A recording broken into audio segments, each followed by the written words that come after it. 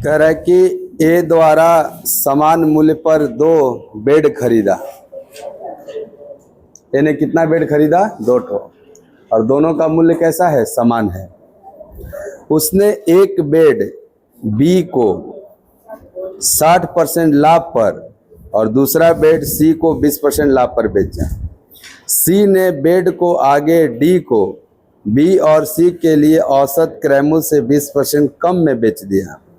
यदि डी ने बेड ई को 2100 रुपये में बेचकर 25% लाभ कमाया है, तो ए और डी के क्रय मूल्य के बीच अंतर बताइए क रुपया है। सिंपल सवाल है। सबसे पहले ए 2 बेड खरीद रहा है। ए ने 2 बेड खरीदा, मान लो दोनों का मूल्य समान है, तो 100 यूनिट का बेड खरीद लिया। मान लो ए ने को बेड खरीदा है? 2 ठो। 1 ठो किसको बेचा है? और ये दोनों मान लो 100 का खरीदा है। ए ने 2 बेड खरीदा, कितने का? 100 यूनिट का। ये पहला बेड किसको बेच रहा है? बी को, और दूसरा बेड सी को। ऐसे बेच रहा है ना। बी को कैसे बेच रहा है? 60% लाभ पर। तो क्या 100 वाला बेड 160 में बेच दिया बी को, और सी को बेच रहा है 20% लाभ पर। तो दूसरा वाला बेड भी 100 का ही है, अगर 20% लाभ पे बेचेगा तो 120 में बेच देगा। तो बताइए बी का कॉस्ट प्राइस 60, सी का कॉस्ट प्राइस 120, यही है ना। आगे भी बेचा जा रहा है। सी ने डी को बी और सी के औसत क्रय मूल्य, बी और सी का औसत क्रय मूल्य 140 होगा क्या? औसत होता है ना, दोनों को जोड़ के 2 से भाग दे दीजिए। तो 120 और 160 को जोड़ेंगे 280 होगा, और 2 से भाग दे देंगे 140 होगा। तो सी ने डी को, सी किसको बेच रहा है? डी को। कैसे बेच रहा है? बी और सी के औसत क्रय मूल्य से 20% कम पर। तो बी और सी का औसत क्रय मूल्य क्या हो जा रहा है? 140। तो 140 में नहीं बेच रहा है, इससे 20% कम पे बेच रहा है। तो क्या 80% में बेच रहा है? चलिए बढ़िया।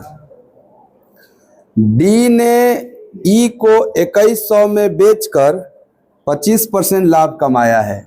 एक बात बताइए, डी का जो कॉस्ट प्राइस है 112 है क्या? 14 8 112। तो 112 वाला सामान डी ने किसको बेच दिया है? ई को। कैसे बेच दिया सर? 25% लाभ कमा के बेच दिया, राइट। तो बताइए 112 का सामान क्या 125% में बेचाया, और रियल में क रुपया में बेचाया है? बराबर 2100 लिख सकते हैं। कोई वेट कर रहे क्या? हेलो, हाँ, और आगे आइए थोड़ा। भारत लाइब्रेरी के नीचे, हाँ, इसी का ना वैल्यू 2100 दिया है, बराबर 2100 रुपया लिख सकते हैं। चलिए यहां से 1 यूनिट का मान पहले निकाल लीजिए सॉल्व कर। 125% को हम लोग लिखते हैं 5/4, बराबर 2100। हालांकि हमको निकालना क्या है ये भी एक बार देख लीजिए सर। हम लोग को निकालना है ए और डी के बेड के क्रय मूल्य के बीच अंतर। ए और डी के एक बेड, ए का एक बेड कितना में था? 100 में था, और डी के लिए एक बेड कितना में है? 112 में है। इनका अंतर 12 यूनिट निकालना है ना, हमको 12 यूनिट निकालना है। चलो पहले 1 यूनिट निकालेंगे काट पीट के। ये बताइए 4 से 1 कटेगा, हाँ, 4 दूनी 8, 4 8 32, 28 गुणे 5 उधर चला जाएगा भाग में। तो 1 यूनिट का मान 2100 रुपया बटे में 28 गुणे 5 हो जाएगा। चलिए 28 गुणे 5 काटते हैं। 7 से 4 बार में और 7 से 3 बार में। 5 के 20 से ये 100 5 बार में, तो 5 तिहाई क्या आ गया? 15 रुपया। कितने यूनिट का मान? 1 यूनिट का मान। हमको 1 यूनिट चाहिए कि 12 यूनिट चाहिए? भाई इनका अंतर क्या है? 12 यूनिट है ना। 12 यूनिट का मान बन जाएगा, 1 यूनिट का मान 15 रुपया, तो 12 यूनिट का मान 12 गुणे 15 रुपया हो जाएगा 180 रुपया। ये आपका आंसर हो जाएगा 180। नंबर सवाल में है कि 2 साइकिल है 1701 रुपया में खरीदी गई। ये बताओ 1701 रुपया में दोनों खरीदी गई कि उसमें से एक हो? सर लिखा तो है कि 2 साइकिल 1701 रुपए में खरीदी गई, यानी कि दोनों मिला के 1701 में खरीदा गया है। पहली को 15% लाभ पर, दूसरी को 25% लाभ पर बेच दिया। पहली को 25% लाभ पर, दूसरी को 15% लाभ पर बेचा होता तो 10 रुपया अधिक पा लिया होता। कंडीशनल सवाल हो गया आपका। अब बोला है दोनों साइकिल के क्रयमूल्य के बीच अंतर बता दो कितने रुपए का है। बहुत आसान सवाल है, आप चाहे तो एक इक्वेशन बनाएंगे और आसानी से निकल जाएगा। देखिए भाई, दोनों साइकिल के क्रयमूल्य का अंतर चाहिए, तो दोनों साइकिल का अगर हम अलग अलग क्रयमूल्य निकाल दें तो उसका अंतर भी निकाल ही देंगे। मान लो एक साइकिल का क्रयमूल्य x रुपया है और दूसरे साइकिल का y रुपया है, तो क्या x प्लस y 1701 होना चाहिए? बोलिएगा। एक साइकिल का क्रयमूल्य x रुपया, दूसरे साइकिल का क्रयमूल्य y रुपया, तो दोनों जोड़ जाड़ के 1701 होगा। इक्वेशन पहला है कि पहली साइकिल को क % लाभ पे बेचा है, 15% लाभ पर, और दूसरी साइकिल को लाभ पर बेचा, तो दोनों मिला करके कुछ हुआ होगा ना, इसको प्रॉफिट कुछ हुआ होगा, हमको नहीं पता है। लेकिन कह रहा है पहली साइकिल को यदि 25% पर बेचा जाए और दूसरी साइकिल को 15% पर बेचा जाए, तो ये जो प्रॉफिट हुआ था इससे 10 रुपया ज्यादा होगा। क्या यहाँ प्रॉफिट जो भी हुआ होगा प्लस 10 रुपया लिख सकते हैं? बोलिएगा। ऐसा दो इक्वेशन बन जाएगा सिंपल। अगर ऐसा बन गया तो घटा दो, अपने आप निकल जाएगा। घटाऊं? ये बताओ, इस इक्वेशन में से इसको घटाना ठीक होगा कि पहला में से दूसरा घटाना ठीक होगा? घटाने को तो कोई भी घटा सकते हैं, परंतु क्या ये दूसरा वाला बड़ा है? ये खाली प्रॉफिट है।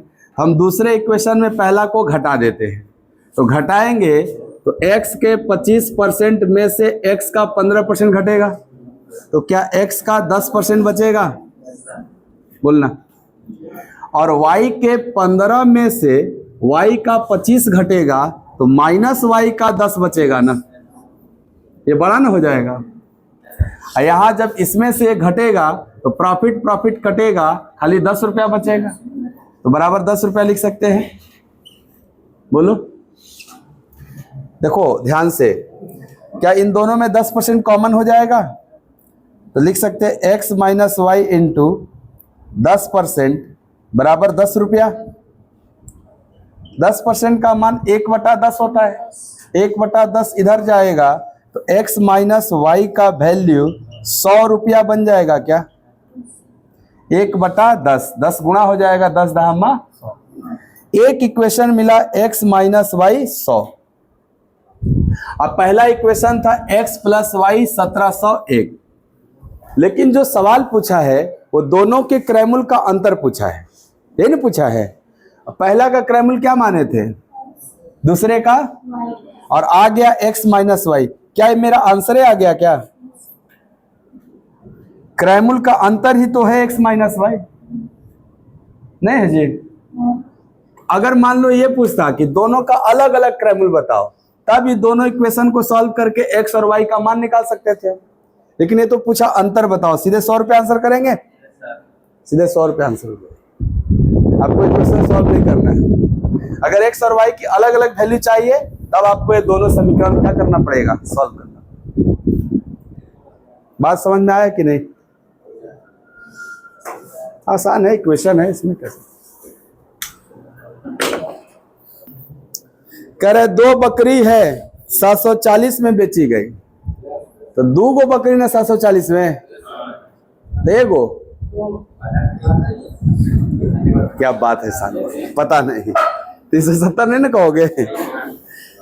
जब बराबर बराबर दाम पे बेचाता तब ना 370 बेचाता। क्या बात है, सीख गए। पहली को 15% हानि पर, दूसरी को 25% लाभ पर बेचा। यदि पहली का क्रय मूल्य दूसरी के विक्रय मूल्य के बराबर है तो समग्र लाभ या हानि कै रुपया है। अब यहां पे थोड़ा सा आपको रेशियो बैलेंस करना पड़ेगा। क्यों? क्योंकि देखो किसको किसको बराबर करना है। पहली बकरी का सीपी और दूसरी बकरी का एसपी बराबर करना है। तो हम पहले देखेंगे ना सीपी एसपी कितना कितना है। ये कैसे पता चलता है? ये जो पहली बकरी पे 15% हानि दिया है, बोलिएगा, तो इस परसेंटेज के फ्रैक्शन के मदद से पता चलेगा सीपी एसपी क्या है। 15% का फ्रैक्शन 3/20। 20 क्या है? 3 क्या है? लॉस वाला केस था तो लॉस हो जाएगा। तो इसका एसपी कितना हो जाएगा?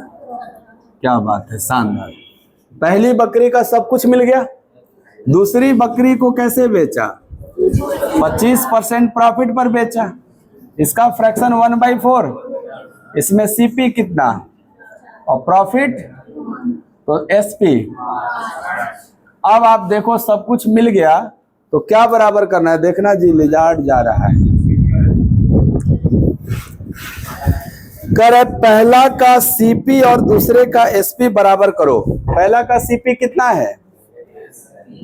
20 है ना, और दूसरे का एसपी ये बराबर करना है। कैसे किया जाए आप बताइए। सर ये 20 ऑलरेडी है, क्या इसमें खाली 4 का गुणा कर दे तो ये 20 बन जाएगा क्या? ये 4 का गुणा इसी में होके रह जाएगा कि दोनों में भी होगा? सर ये जो आया था वो इन्हीं दोनों से तो आया था, तो जब मैंने इसको 4 गुना कर दिया, ये जिससे जिससे आया है सब ने 4 गुना हो जाएगा। बताइए क्या दोनों का एसपी दिया है मिला के? क्वेश्चन में जो रियल वैल्यू रुपया है वो दोनों को कितने में बेचा था ये दिया है ना, यानी दोनों का एसपी दिया है। पहले का एसपी और दूसरे का एसपी 20, 5 के 20। तो पहले का 17, दूसरे का 20, दोनों का मिला के 37 यूनिट। इस 37 यूनिट का मान 740 रुपया है। तो 1 यूनिट का मान कट जाएगा 20 बार में। आपको क्या चाहिए? कुल लाभ या हानि चाहिए? बताओ। पहली बकरी पे हानि हुआ 3 और दूसरी बकरी पे 4 लाभ हुआ। 4 कम 4। पहली बकरी पे 3 हानि और दूसरी बकरी पे 4 लाभ। कुल मिला के लाभ हुआ कि हानि? कितने का? 1 यूनिट का। और 1 यूनिट का मान कितना है? हो गया आंसर।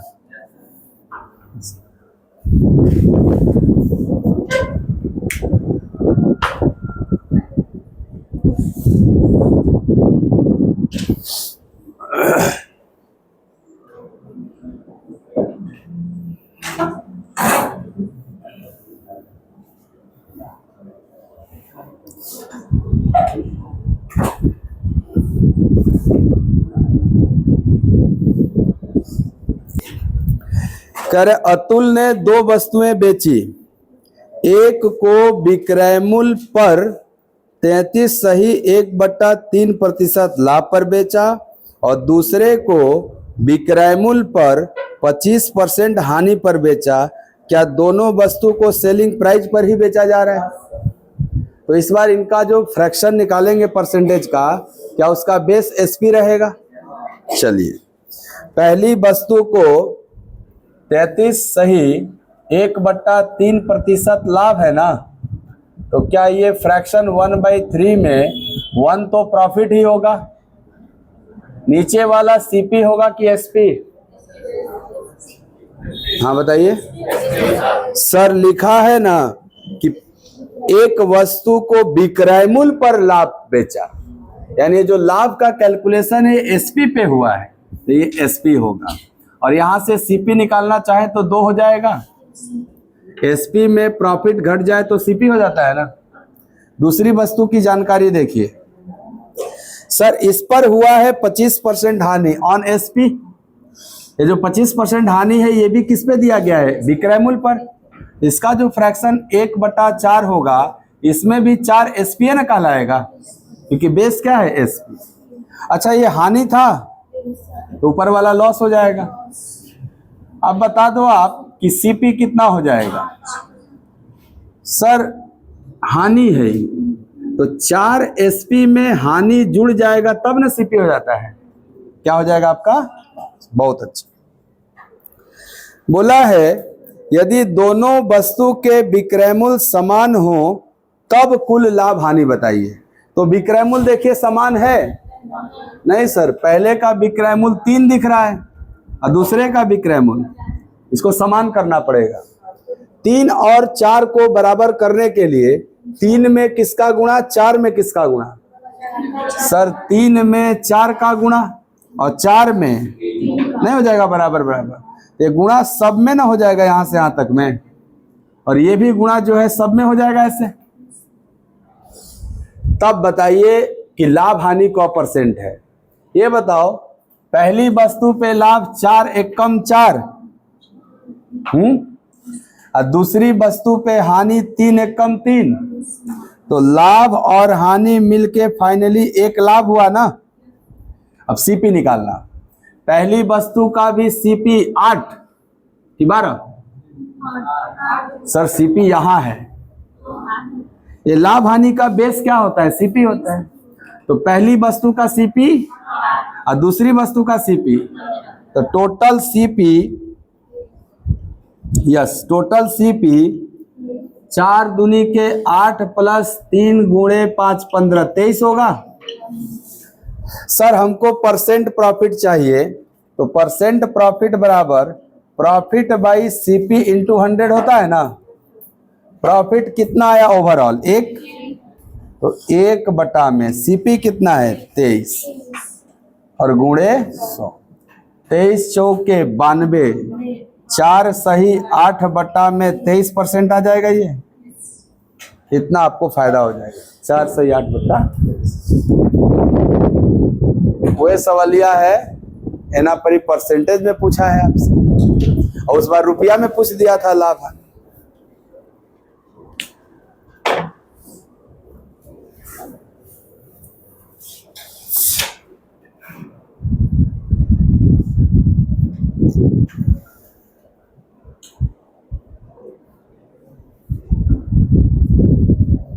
हाँ, 12.5%, 15% और 12% की 3 क्रमिक छूट है लगातार।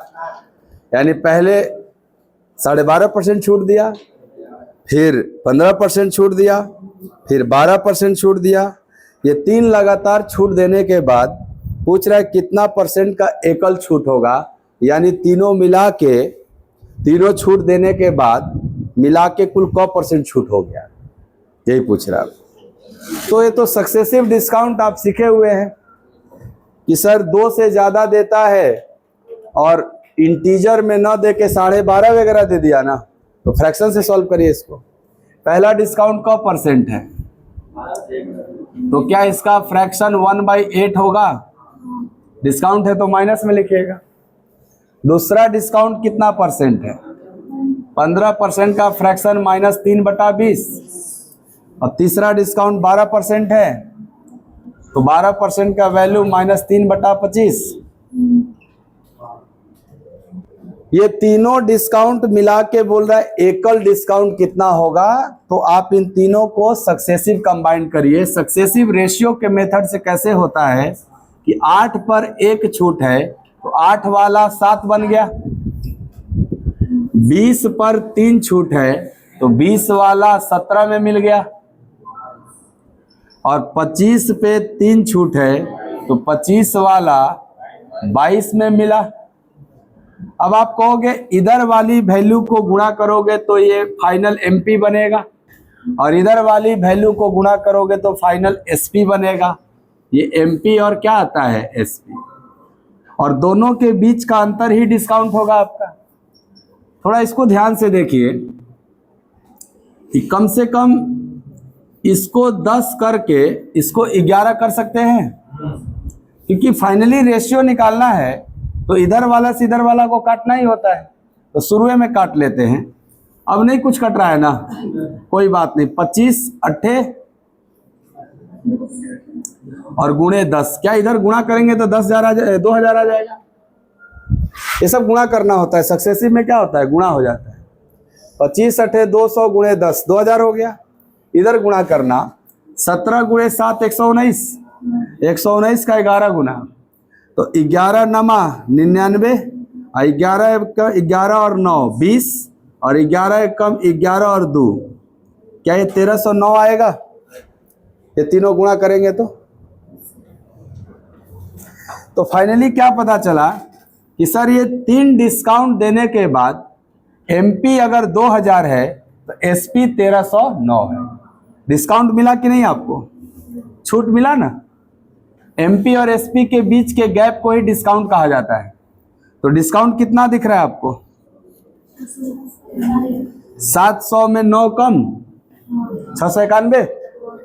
ये डिस्काउंट कितना है? 691। कितना पर? 2000 पर। लेकिन परसेंटेज तो 100 पे निकलता है, इसलिए गुणे 100। सॉल्व कर लो, आंसर आ जाएगा। 2 जीरो कट जाएगा, राइट, और 2 से खाली भाग देना, तो 690 का आधा क्या होता है? 91 का आधा क्या हो जाएगा? हाँ, इसका 6 का आधा 3, 9 का आधा 4 और 2 बचे 10। जा रहा है ऐसे, यानी 34 दशमलव कुछ वाला आंसर होगा, क्योंकि वो 10 भी तो नीचे है ना, 5, तो 34.55। ऐसे करना है, आसान होता है एकदम। सक्सेसिव डिस्काउंट बोलते हैं इसको। लगातार कईयों को छूट देगा, सबको मिला के एकल छूट बताना है तो आप ऐसे ही बता दीजिएगा फटाफट रेशियो से।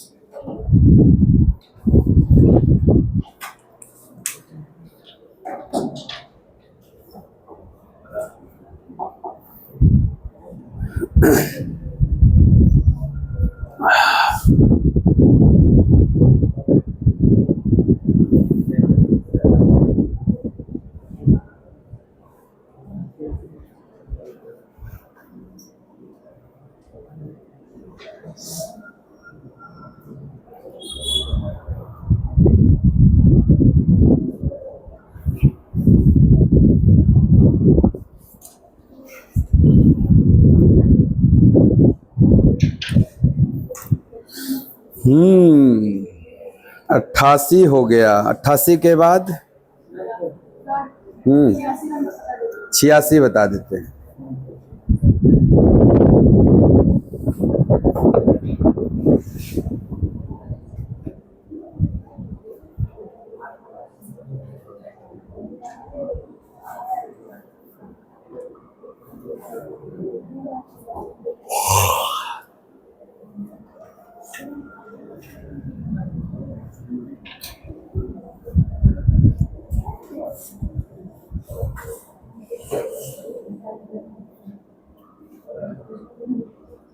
हो गया जी।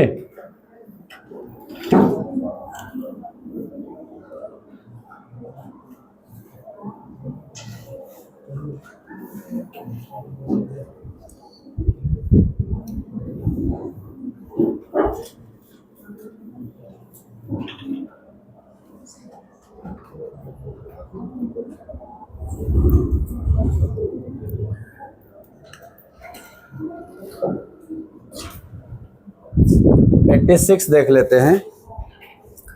98 वस्तुओं का अंकित मूल्य, देखिएगा, 98 वस्तुओं का अंकित मूल्य लागत मूल्य से 40% अधिक है। यानी कि लागत मूल्य अगर 100 यूनिट होगा तो अंकित मूल्य 140 होगा। बोलिए, अगर 98 वस्तुओं का अंकित मूल्य उनके लागत मूल्य से 40% अधिक है, तो अगर हम 98 वस्तु का लागत मूल्य मतलब सीपी होता है, अगर 100 मानेंगे तो क्या एमपी 140 हो जाएगा? यहां तक क्लियर? यदि विक्रय मूल्य और अंकित मूल्य दोनों में 25% वृद्धि हो जाए तो लाभ दुगना हो जाएगा। यानी विक्रय मूल्य भी 25% बढ़े और अंकित मूल्य भी 25% बढ़े तो जो लाभ होगा वो दुगना होने लगेगा। यदि प्रारंभिक अंकित मूल्य 280 रुपया है तो प्रारंभिक विक्रय मूल्य ज्ञात करें क रुपया है। बड़ा बढ़िया सवाल है। एक बात बताओ, क्या प्रारंभिक अंकित मूल्य दिया है? दिया है ना? तो इसके मदद से क्या हम प्रारंभिक सीपी निकाल लेंगे? हाँ सर, क्वेश्चन में बोला था कि जो अंकित मूल्य है सीपी से 40% अधिक है, यानी ये 140% का ना मान है। अगर 140 का मान 280 तो 1% का मान 2 रुपया होगा, तो 100% का मान 200 होगा। क्या सीपी 200 रहा होगा? देख लो आप ध्यान से, 200 का 40% कितना हो जाएगा? 80, और 80 बढ़ेगा तो 280 हो जाएगा ना। बोलिए, हम जो 100 यूनिट मान रहे थे अब हमें मानने की जरूरत नहीं है, क्योंकि ये वो दे दिया है। नहीं दिया रहता तो 100 140 लेके चलते। अभी देखो किसमें किसमें चेंज कर रहा है। कह रहा है कि विक्रय मूल्य और अंकित मूल्य दोनों 25% बढ़ जाए तब लाभ दुगना हो जाएगा। कहने का मतलब ये है कि लाभ तो सर सीपी पे निकलता है, और लाभ जो होता है सीपी एसपी के बीच का अंतर होता है। तो एसपी क्या है ये हमको नहीं दिया हुआ है, राइट। एक बात बताना कि जो एसपी होगा क्या वो बोल सकते हैं सीपी प्लस प्रॉफिट होगा? प्रॉफिट नहीं पता, पी मान लेता हूं। मान ले कि पहले में पी प्रॉफिट हुआ होगा, तो क्या एसपी 200 प्लस पी हो गया होगा? ये बोला एमपी भी बढ़ाओ, कितना? 25%। तो 25% बढ़ेगा तो 70 बढ़ के 350 होगा। 280 का 25% 1/4, 70 बढ़ जाएगा तो कितना हो जाएगा? बोला एसपी को भी 25% बढ़ाओ। हाँ जी, बताना एक बात कि एसपी 200 प्लस पी है ना, तो 200 अगर 25% बढ़ेगा तो 50 बढ़ेगा, तो क्या हो जाएगा? 250। और P को 25% बढ़ाएंगे तो P का 25% क्या होगा? 0.25 P। P का 25% बढ़ाओगे तो 125% हो जाएगा कि नहीं? तो हम डायरेक्ट लिख सकते हैं ये जो P है वो अब केवल P नहीं रहेगा। क्या इसी बात को 1.25 P भी लिख सकते हैं? परसेंट हटेगा 100 लगेगा, 100 का मतलब दशमलव बैठ जाएगा।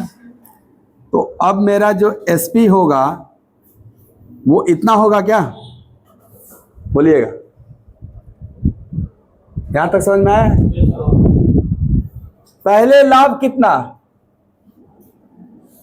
पी।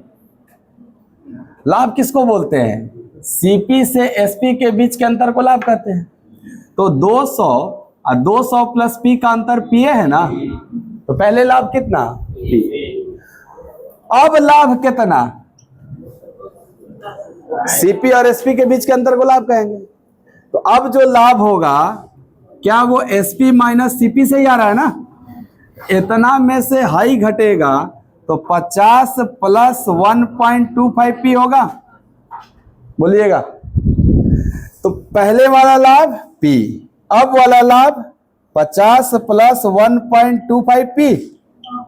तो बोला है जो अब लाभ हुआ है ना वो पहले वाले का 2 गुना है, ऐसे बोला है क्या? अब जो लाभ हुआ वो पहले वाले का 2 गुना है, तो 2 का गुणा कर देंगे बराबर हो जाएगा। 2p में से 1.25 p घट जाएगा आके 0.75 p is equal to 50 rupees. केवल p निकालना चाहूं तो 0.75 से भाग लगेगा, तो p बराबर हो जाएगा 50 बटे में 0.75। क्या इसको 3/4 कहा जाता है? 0.75 को 3/4 कहते हैं कि नहीं? तो अगर ये 3/4 है तो 4 ऊपर जाके 200, क्या ये 200/3 आएगा? और 200 में 3 से भाग दोगे तो 66.2/3 ये तो लाभ आया सर। लाभ पूछा है कि विक्रय मूल्य, तो विक्रय मूल्य केवल P है कि 200 प्लस P है ना। तो इस P को अगर जोड़ दे तो विक्रय मूल्य बन जाएगा। तो क्या मेरा आंसर 266 सही 2/3 रुपया हो जाएगा? तो ये आंसर है हमारा। लाभ पूछा होता तो यही आंसर हो जाता है, लेकिन विक्रय मूल्य पूछा है। एक बार और बता देंगे, छाप लीजिए तब तक। आपका चेहरा देख के लग रहा है एक बार और बताना चाहिए, नहीं? हाँ बता देंगे, तब तक नोट करिए।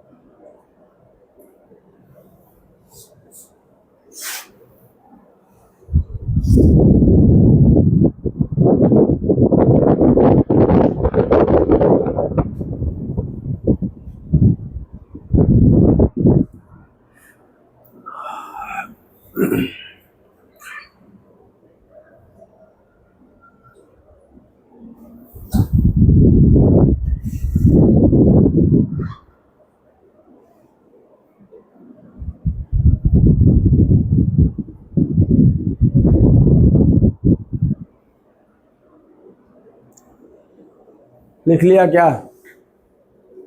मैं थोड़ा सा और बताता हूँ, एक और तरीका आपको इसका।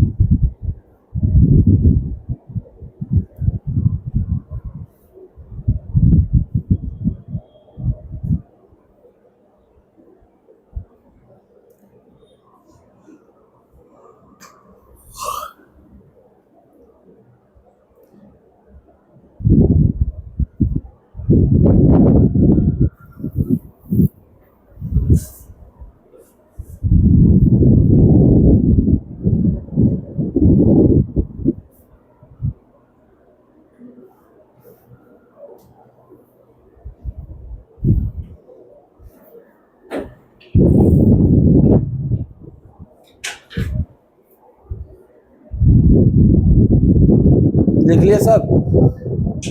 मिटाऊंगा इसलिए पूछ रहा हूं, फिर से समझाऊंगा।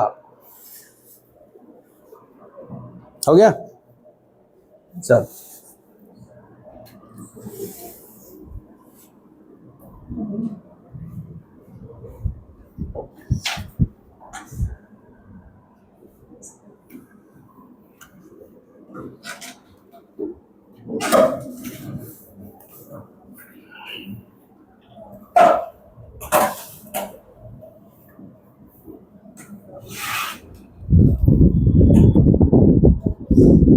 एक बार और समझिए सवाल को।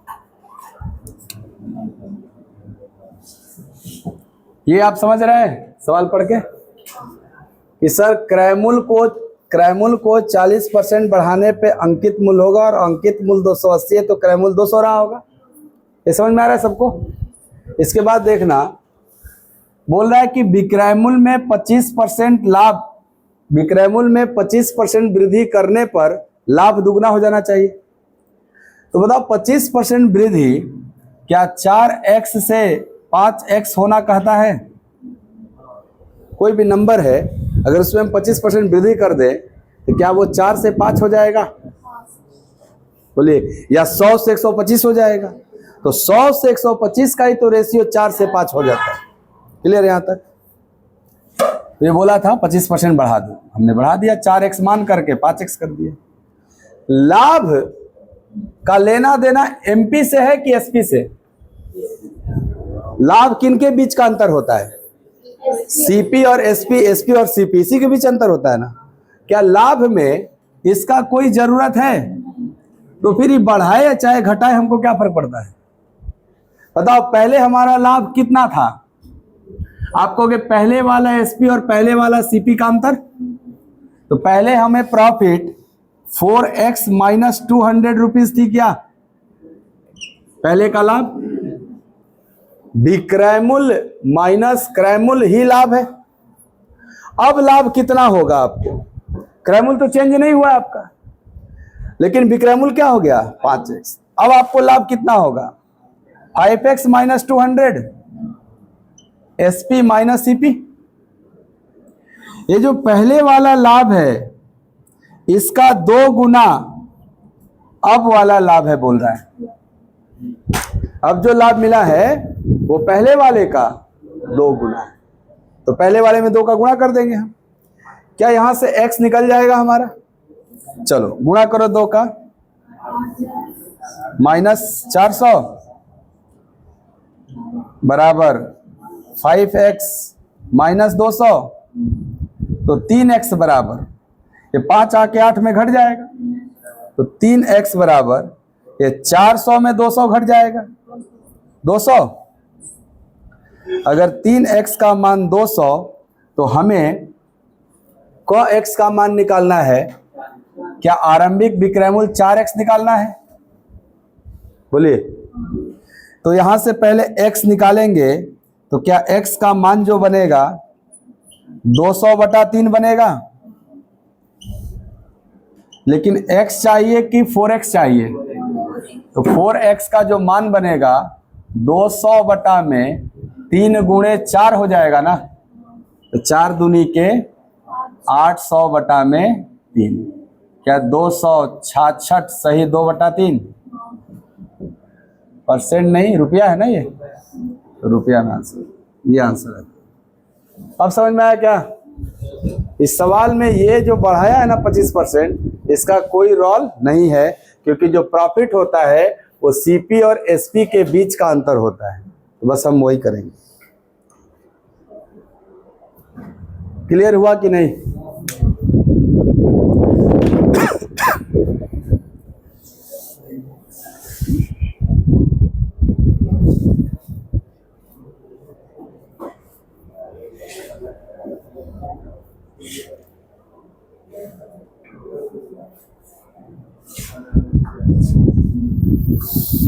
इसको नहीं लिखोगे?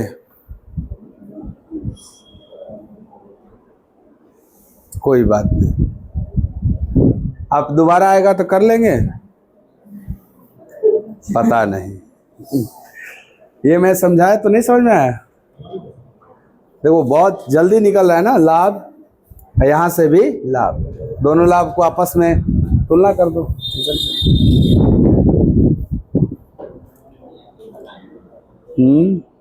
एगो कोनो हो गए नहीं, ठीक है।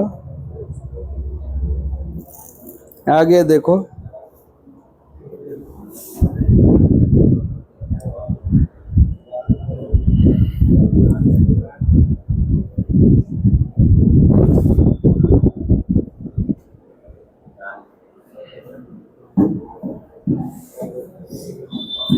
अच्छा यार ये लोग को देखते, मैं पहले रीजनिंग में पढ़ावे के रहे,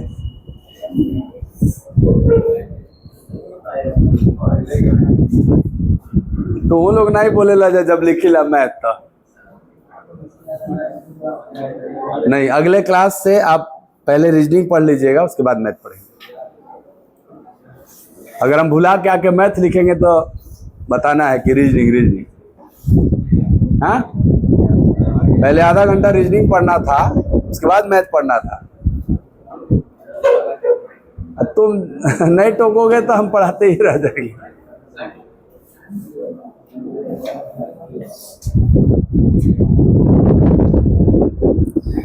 बोलिए अब अगला कौन सा? हाँ, अगले क्लास से ना पहले रीजनिंग पढ़ा जाएगा आधा घंटा, उसके बाद मैथ। अब जिसे मैथ के बाद में रीजनिंग पढ़ते हैं, तो पहले रीजनिंग पढ़ेंगे फिर मैथ।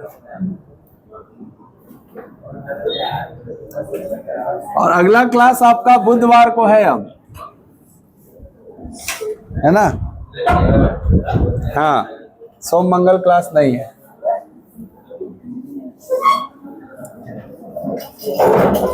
बोलिए सवाल नंबर 90।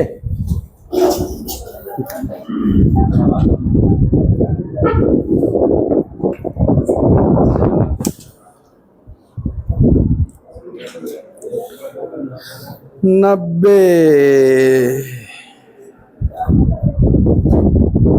अब आज के बाद कब आना है? बुधवार को ना? हाँ हाँ वैसे है, दोनों गया है, सुना है?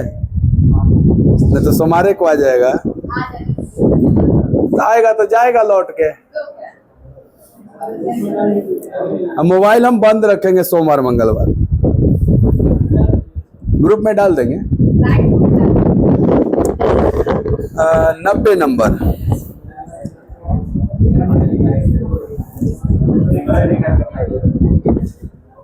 तू बहुत बोलबा, सिम में निकाल देना है, ऐसे अच्छा नलिये में फेंक दियो नारिया। मतलब लाइफ में कुछ बोलने को नहीं तो कुछ बोलो। इसी वजह से तुम्हारे पास ना ढंग का चीज है ये नहीं है। अब बढ़िया बात कराया जाता है ना, बिल्कुल कहा क्या कि पूरा गार्बेज भरा है, कचड़ा भरा है दिमाग में। अब बताओ, एगो बोला हम बोले मोबाइल बंद कर देंगे, एगो बोला फ्लाइट मोड में डालिए, एगो बोला सिम निकाल दीजिए। क्या क्या कुछ बोलते रहो, खाली ड्राम में डाल दीजिए, बुल्लू वाला ड्राम में नहीं। कहना है एक बार में समझ पाते हो क्या? तनी देखी तो एक बार में समझा थी कि नहीं, ऐसे स्वीकार किया करो। सोहिल ने कुछ लाभ पर 560 रुपए में एक वस्तु बेचा। इस एक लाइन से आपको यह समझ में आया कि सोहिल ने एक वस्तु 560 रुपया में बेचा है जिसमें उसको कुछ लाभ हुआ है, अर्थात उस वस्तु का कीमत 560 से कम रहा होगा। यहां तक समझ में आ गया आपको? यदि उसने इसे 500 रुपए में बेचा होता तो शुरुआती लाभ का 1/3 हानि हो जाता, यानी 500 में बेचता तो हानि होना था। इसका मतलब जो सीपी होगा वो 500 और 560 के बीच में कहीं होगा। ऐसा समझ में आ रहा है? तो क्रैमुल बताओ, 500 और 560 के बीच में सारे ऑप्शन है। लास्ट ऑप्शन 520 है, एक जीरो छूटा है लास्ट ऑप्शन में, 52 नहीं है 520 है। तो आप कहेंगे ठीक है निकालते हैं। कल ऐसा हमने सवाल किया था एक कि सर जब भी 2 ठो विक्रयमूल्य दिया जाए और लाभ हानि का चर्चा हो तो लाभ प्लस हानि ही विक्रयमूल्य का अंतर होता है, लाभ प्लस हानि ही विक्रयमूल्य का अंतर होता है। शानदार। तो विक्रयमूल्य कितना था? पहले 550 60 और बाद में 500, तो यही ना विक्रयमूल्य का अंतर होगा। अच्छा, लाभ प्लस हानि, सर पहले होने वाले लाभ का 1/3 हानि है, तो क्या पहले होने वाला लाभ 3 यूनिट होगा तो हानि 1 यूनिट होगा क्या? क्योंकि 3 का 1/3 1 हो जाता है। बोलो, तो लाभ प्लस हानि 4 यूनिट बराबर 60 रुपया, तो 1 यूनिट बराबर 15 रुपया। आपको 1 यूनिट निकालना है कि क्रयमूल्य निकालना है? एक बात बताना, ये जो 1 यूनिट है क्या ये हानि है? और 3 यूनिट लाभ। तो 1 यूनिट का मान 15 रुपया आया, तो क्या आपको हानि भी 15 रुपया हुआ था? ये हानि 15 रुपया कब हुआ था? जब 500 में बेचा था। तो सीपी बराबर एसपी प्लस लॉस होता है कि नहीं? तो लॉस वाला एसपी 560 था कि 500? यहां 500 लिखोगे। और लॉस कितने का? 1 यूनिट का। 1 यूनिट का मान क रुपया? 15, यहां 15 लिखोगे। तो क्या सीपी 515 रुपया हो जाएगा? बोलो भाई, सीपी 515 हो जाएगा? आ जाओ दूसरा। सर 1 यूनिट का मान 15 रुपया है, तो ये जो 3 यूनिट है इसका मान 45 रुपया होगा, और ये लाभ है ना 45 रुपया। ये 45 रुपया का लाभ कब हुआ था? जब 560 में बेचा। तो क्या सीपी 560 माइनस 45, तब भी क्या आएगा? इसलिए आपका करेक्ट आंसर है 515। सुधार लीजिए। सुधार लीजिएगा आंसर।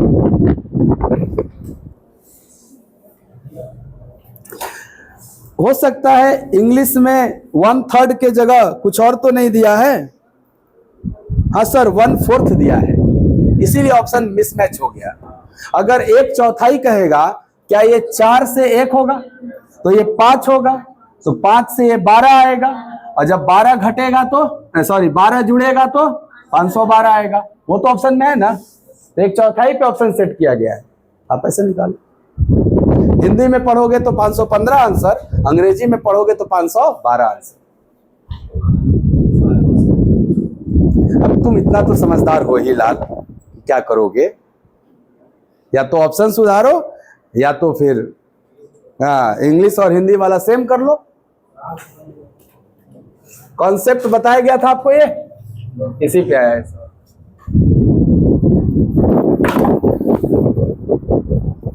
चाटना नहीं चाहिए, है ना? हाँ, ये नहीं कि सामने वाला आया तो उसे कुछ हो कर ले, सीखना है बस।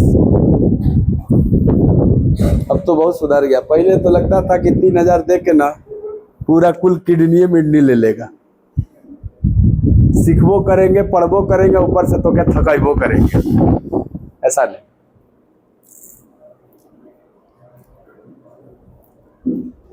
नब्बे के बाद बोलिए साहब।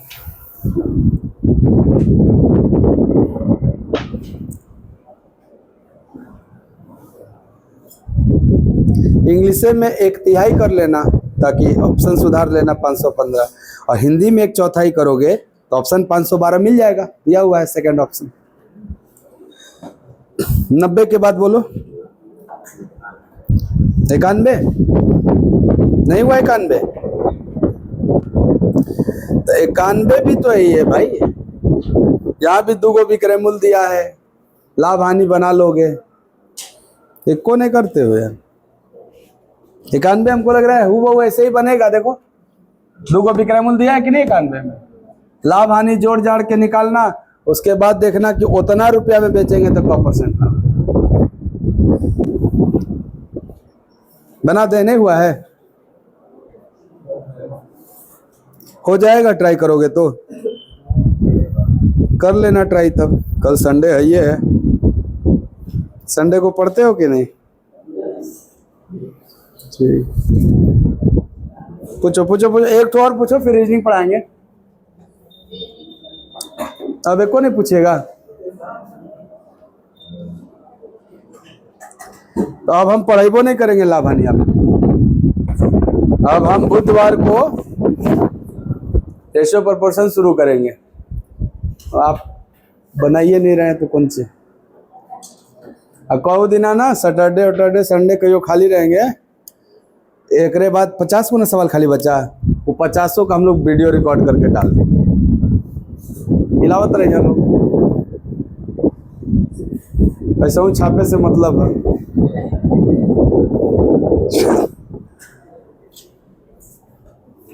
पूछो, पूछना है कुछ? नहीं तो शुरू करें। सामने वाला बोल रहा है पूछो, कुछ पूछना है तो। हमारे पास प्रश्न नहीं है, गड़बड़ बात है। खत्म मैथ। घरे से ना नोट करके आया करो कि का आज पूछब। घरे चलते हो घर से तो कुछ उद्देश्य लेके चलते हो कि बस उठनी चल देनी। जैसे हम चलते हैं अपना बता रहे हैं, घर से निकले कोचिंग के लिए तो हम पहले 5 मिनट सोच के चलते हैं कि का करे क्या कोचिंग वाला, तबे ना होते आवत लिखीला मैथ। नहीं समझे? हम डिसाइड कर लिए कि क्या करना है। अच्छा अभी लाभ हानि में सवाल बचा है, आज हम लोग को लाभ हानि सिखाएंगे। आज संगे संगे ये उम्मीद करके चलते हैं कि आज हमसे पूछेगा लोग। वैसे आप जब घर से चला करिए तो डिसाइड करके चलिए कि आज 2 घंटा कोचिंग में क्या करना है। कुछ नहीं समझ में आता है तो ये मत समझ लीजिए कि जौन सर जी करो यहाँ तवन करो। नहीं, हमको हाई पूछना है, ऐसे डिसाइड करके चलिए। तो अब देखिए आप में ना कुछ प्रोग्रेस होगा। अन्यथा आप आएंगे जाएंगे आएंगे जाएंगे, मौसम बदलते रहेगा, गर्मी से बरसात, बरसात से ठंडी, एक साल हो जाएगा और कुछ खास लाभ आइए न रहे हैं साल भर से।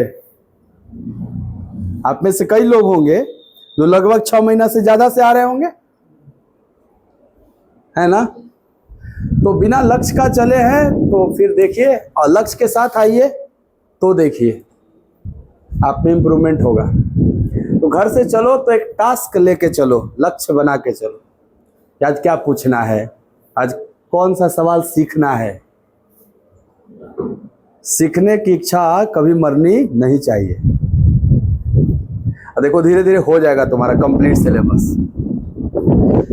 आप हमारी बात छोड़िए, आप अपने से डिसाइड करिए या अपने से बात करिए थोड़ा मन में कि 90 तक सवाल बता दिए क्या लगभग? क्या 1 से लेके 90 तक में कोई भी सवाल दिया जाए आप बना लेंगे? आप अपने से एक बार करा करिए। तो अगर कॉन्फिडेंस है तो ठीक है, नहीं है तो फिर पॉइंट आउट करो, क्वेश्चन देखो कौन है जो फंसाएगा आपको, वही पूछो। मैं बोल दिया गुरु बुधवार को लाभ हानि नहीं पढ़ाऊंगा, ऐसा नहीं है। अगर आप कहेंगे बुधवार को कि लाभ हानि ही बताया जाए सवाल नंबर 102 या कोई भी, तो हम पहले वही बताएंगे, समझे बात। लेकिन मैं इसलिए बोल दिया क्योंकि देखो लाभ हानि कई दिनों से चल रहा है ना जी, 2-3 सप्ताह चल गया होगा कि नहीं लगातार। तो अगर मैं अल्टीमेट नहीं दूंगा आपको नया टॉपिक का, तो आप खत्म कहां कर पा रहे हैं। खत्म करना 150 सवाल है, एक दिन में कितना सवाल का डोज होना चाहिए आपका? 20, कम से कम 20। अरे तैयारी करने वाले हो, तुम्हें तो कसम खा लेना था कम से कम 20 सवाल गणित का बनाऊंगा तभी एक दिन मेरा कंप्लीट माना जाएगा। तो 20 सवाल के हिसाब से भी क दिन लगता है? 1 सप्ताह 8 दिन, 8 दिन में हो जाता। क्या ये 8 दिन से ही चल रहा है?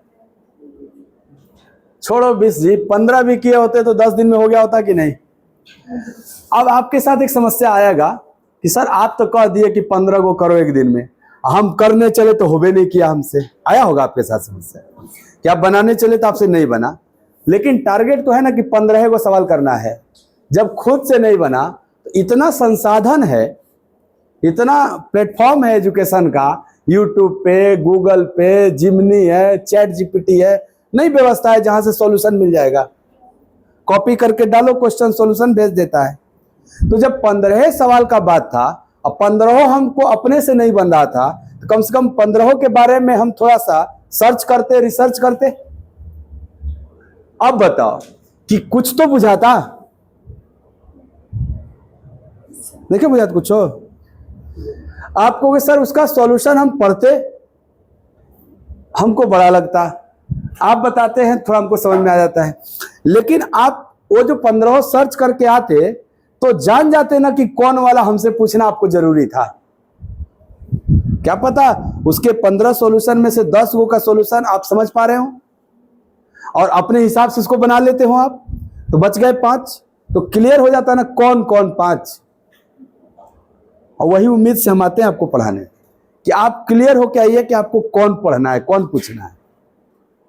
ये नहीं कि एगो पूछलस 80 तो हम पूछ लेते 81, तू पूछ लिए 85, अपने में समझौता कर लिए, गड़बड़ हो जाता है इससे। और मैं जानबूझ के ये सब बातें सिखा रहा हूँ, समझा रहा हूँ, क्योंकि इसी में आपका विकास है। अगर आप ऐसे नहीं पढ़ेंगे तो यकीन मानिए आपका बहुत अच्छा मैथ नहीं हो पाएगा। आप तोता की तरह होंगे, रटू, छोटका छोटका रट लिए हैं, अब सक्सेसिव डिस्काउंट भुला जाओगे, कभी कभी नहीं भुलाओगे। तो सेलेक्टेड सवाल ही आपको खाली ध्यान में रहेगा, और ये लैंग्वेज वाला सवाल में आप क्या हो जाओगे, फंस जाओगे। तैयारी तो दोनों के लिए करनी है आपको, लैंग्वेज वाला भी और वो जो सिंपल होते हैं वो सब। मैं नहीं कहता जान दे दो पढ़ के, वो जाता भी नहीं, कितना भी पढ़ोगे जान नहीं निकलता है। नहीं कभी नहीं, मेरा अनुभव है, निकलेगा ही नहीं तुम्हारा। तुम कितना भी पढ़ाई कर लो तुम मर नहीं सकते, पागल भी नहीं हो सकते। दोनों बता दिया मैं, गारंटी दे के एकदम। तो पढ़ाई में कंजूसी करने का जरूरत नहीं है, जब तक मन लग रहा है पढ़ो। कितना कर समस्या बा कि हमारे मने ना लगेला, तो मन लगाओ, उसको बोलो कि पढ़बा ना तो करबा का है कोई विकल्प? अगर है तो आज ही चुन लो, 5 साल बाद काहे चुनोगे? यदि आपका पढ़ने में मन नहीं लग रहा है तो उससे पूछिए कि तब क्या करना है, कुछ बोलिए नहीं पाएगा। आप बोल दिया कि हमको फैशन डिजाइन करना है, का करना है होटल, तो वो आज ही शुरू कर दो। बिजनेस करना है, ऐसा कुछ आएगा मन में क्या? वो आज ही शुरू कर लो मेरे भाई, 5 साल बाद काहे करोगे? कंपटीशन और ना रहेगा 5 साल बाद। तो डिसाइड करो और थोड़ा ढंग से लगो, क्योंकि बहुत लोग वेट कर रहे हैं आप पर हंसने के लिए, हम पर हंसने के लिए। इतने साल से इन सबको पढ़ाया, क्या किया सबने? आपको नहीं लगता आपके आसपास के लोग के टारगेट में हैं आप? सब तो छोड़िए, अपने माता पिता के टारगेट में होंगे आप तो पहले। अगर आपको घर छोड़े 2 साल हो गए होंगे तो होंगे कि नहीं टारगेट पे आप? कोई अगर गलती से निकाल लेत हुई गांव में कोनो परीक्षा, तो से पूछल जात हुई का हो तू ना भरले रहा काई फॉर्म, चाहे तो का भाई पूछा जाता होगा। तो समझो इस बात को कि आप कब तक कहोगे ना भाई होता, कब तक कहोगे? अबे लगल है, अबे भारत है, ठीक है? एक टाइम तो ऐसा आएगा ना, आपको देना पड़ेगा जवाब, और टाइम आने में लेट नहीं लगेगा। आप इंतजार नहीं करो, आप खाली तैयारी करते रहो, देखो समय आ जाएगा 1-2 साल बाद। समझदार बनो, समझदार। हंसने का मौका मत दो, हंसेंगे लोग। यो भगवा में रह के ना टाइमे पास करत रहे, ऐसे बोलेंगे लोग।